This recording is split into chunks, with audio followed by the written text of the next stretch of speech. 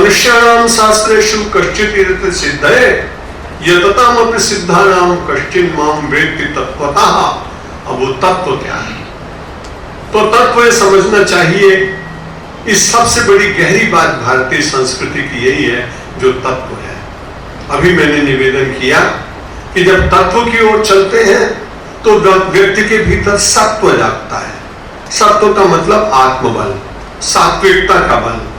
तत्व के दर्शन करने मात्र से, उसकी इच्छा मात्र से व्यक्ति के भीतर आत्मनियंत्रण का भाव जागता है। और जितना जितना व्यक्ति के भीतर आत्मनियंत्रण होता है, उतनी उतनी ही ऊर्जा का सृजन अंतर से होता है। जितने महापुरुष में देह उनकी वैसा ही, इंद्रियां उनकी वैसे ही, शरीर उनका वैसा ही, भोजन लगभग वैसा ही, वस्त्र भी उनके वैसे ही, परिवेश भी लगभग वैसा ही। लेकिन उन्होंने इतनी बड़ी सामर्थ्य कैसे प्राप्त की? कि उन्होंने देखा इस संसार में इसका रचयिता कौन है, और उसको देखने लगे कि रचयिता कौन है और सारे संसार का वास्तव में पोषण करता कौन। और ये सारा संसार जो विलय को प्राप्त कर रहा है, ये विलीन होता कहां है?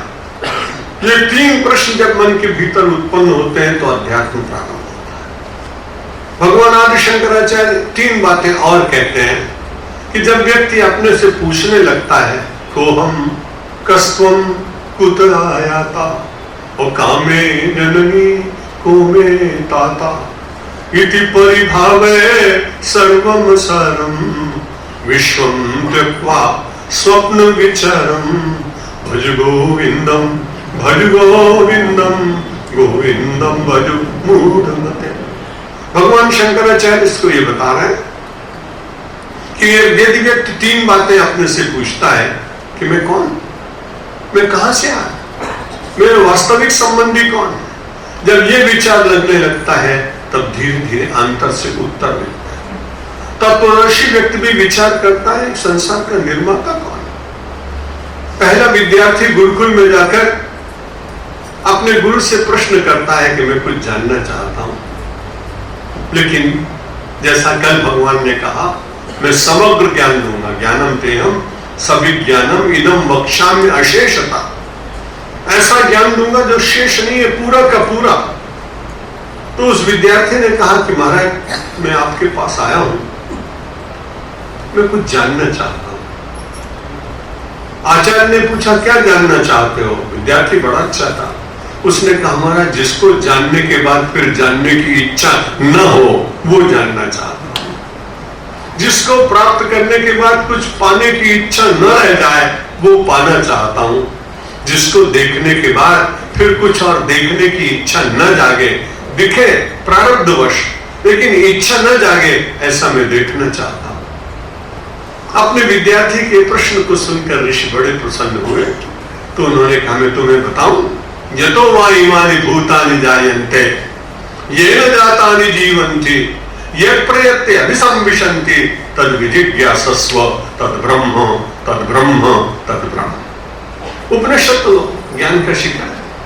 उपनिषद के विद्यार्थी को उन्होंने कहा तो फिर तुम ऐसा करो, यतो वा इमानि भूतानि जायन्ते, सारे संसार का जन्म जिसकी इच्छा से होता है।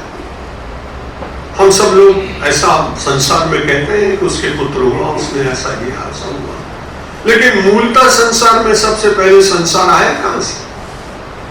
तो उस समय ब्रह्म की कितनी बड़ी अद्भुत शक्ति रही होगी कि जिसने कभी संकल्प किया ही नहीं। इतना आत्मतुष्ट परमात्मा कि उसके मन में संकल्प भी कभी नहीं आता।